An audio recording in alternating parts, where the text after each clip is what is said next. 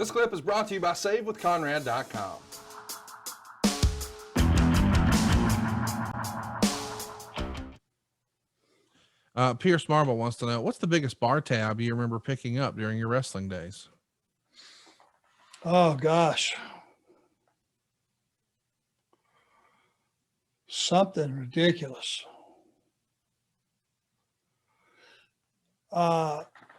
Rick's friend, Bruce MacArthur. I know Bruce. Family of the Works Corporation in Chicago. Pretty big deal. The General. The General.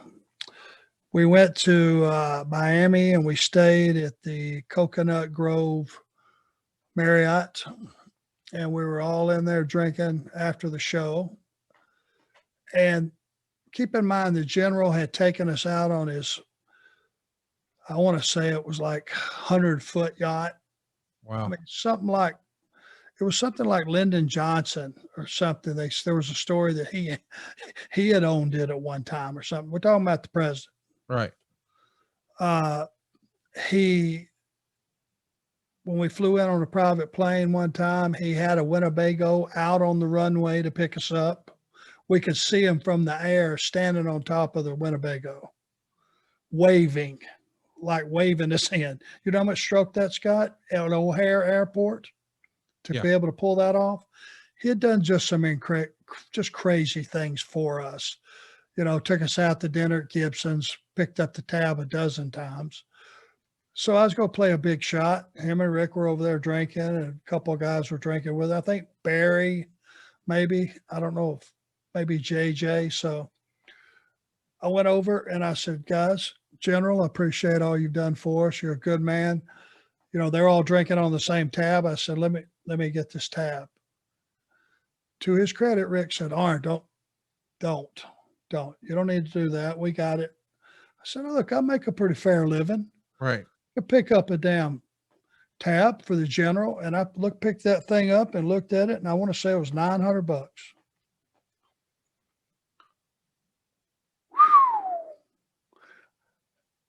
I have never wanted to hand something back to somebody so bad in my life. How am I going to explain this to Mama? I was thinking the same thing. Like, you're going to swipe that, and then she's going to say, how did you spend $900 at a bar? Yeah, it was because they were drinking big time expensive drinks. Flair was doing his thing, buying the kamikazes. And to be honest with you, I had a brain fart and some nerve damage for just a moment and said, give me that. I'll take care of it. I have never felt stupider in my entire life. I lay in all night. Boy, did I fuck up. Excuse the F-bomb. No, we're good with it. It was a one-time shot. Never happened since. Never happened before that. We've heard over the years that, in pro sports, they haze some of the rookies that same way. So veterans will, make a mandatory team dinner, no coaches and no office personnel allowed. Everybody's got to go. Everybody's ordering the steak and the lobster and the whole deal and getting the fancy bottles of wine. And then they just hand the bill all on one to whatever rookie got the big signing bonus. Was that part of maybe wrestler court? We've heard about guys having to buy a case of beer here or there, but would there be times where somebody would be sentenced, if you will, to pick up the tab a little bit? On a much smaller scale. I'm assuming some of these NFL steak dinners was in the tens of thousands. I would think. Usually if somebody got wrestler's court and they got convicted, it would be, like overseas, you would buy a couple of cases of beer or something for the bus or whatever the deal would be. Nothing to the extreme like the other places. Let my family save your family some cash. You don't need perfect credit. You don't need money out of your pocket, but we will save you money. It's not a matter if, it's a matter of how much. SaveWithConrad.com. Oyvind wants to know, did Arn have any interactions with Yokozuna? Never met him. Danny Fullpint wants to know, in your prime, how many cold beers could you crush in a session? On a normal night, just making a normal trip where, What about it? Let's stretch it. We're gonna do a European flight. You're gonna fly from here to England. I would be drinking probably because they'll cut you off. Okay, I didn't know that. I didn't know you could get cut off. They will cut you off if they feel you've had too many to drink. So if you start slugging them down pretty quickly, you're probably going to be good for about 3 hours, I would say. Of the 8 hours, you could probably get away with,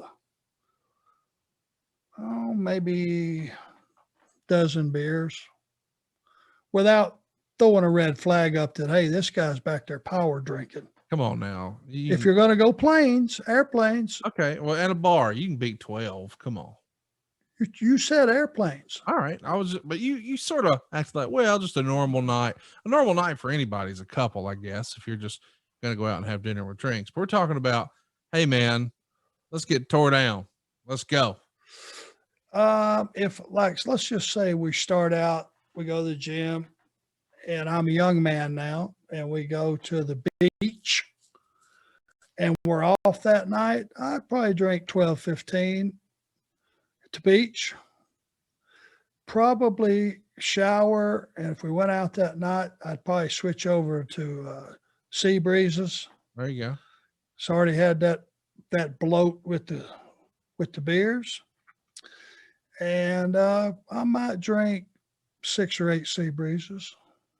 By the way, Doubles.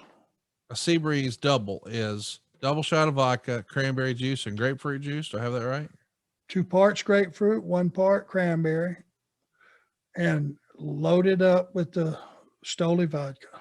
Squeeze a lime. Why is Stoli your go-to? Don't know. I don't know. It's just one that I had one time, and I liked the way it tasted, and just stuck with it. If we get a kamikaze, this is the order, which threw a lot of bartenders off. We'd like 10 triple straight up chilled Stoli kamikazes. And that's how we ordered them. Dustin King says, in the past, you've talked about wearing University of Georgia red and white. It always seems to be the unofficial colors of the Horsemen. Why did the last version switch to blue and yellow? Was it because of the NWO Wolfpack? I never really considered there being official colors to the Horsemen. Were there? No, I just like red and black, red and white. Just for a color scheme for tights and boots. I just like the way it looked. Drew Landry wants to know, when was the last time you were able to speak with Jimmy Crockett? At your event in Baltimore. There you go. Okay. Funny story. We actually rode to the airport together. How was it? Fine. Conversational. I mean, he was in the front. I was in the back. I wasn't leaning up between the seats or anything like that, trying to bug him, but basically just small talk. Hey, it's Conrad Thompson. Thanks for checking out the podcast here on YouTube. Be sure to hit the subscribe button and the notifications bell so you get a notice anytime we upload some new content. And go save yourself some money right now. If you're in a 30-year loan or you have credit card debt, it's not a matter of if I can save you money. It's a matter of how much. Find out right now for free at SaveWithConrad.com.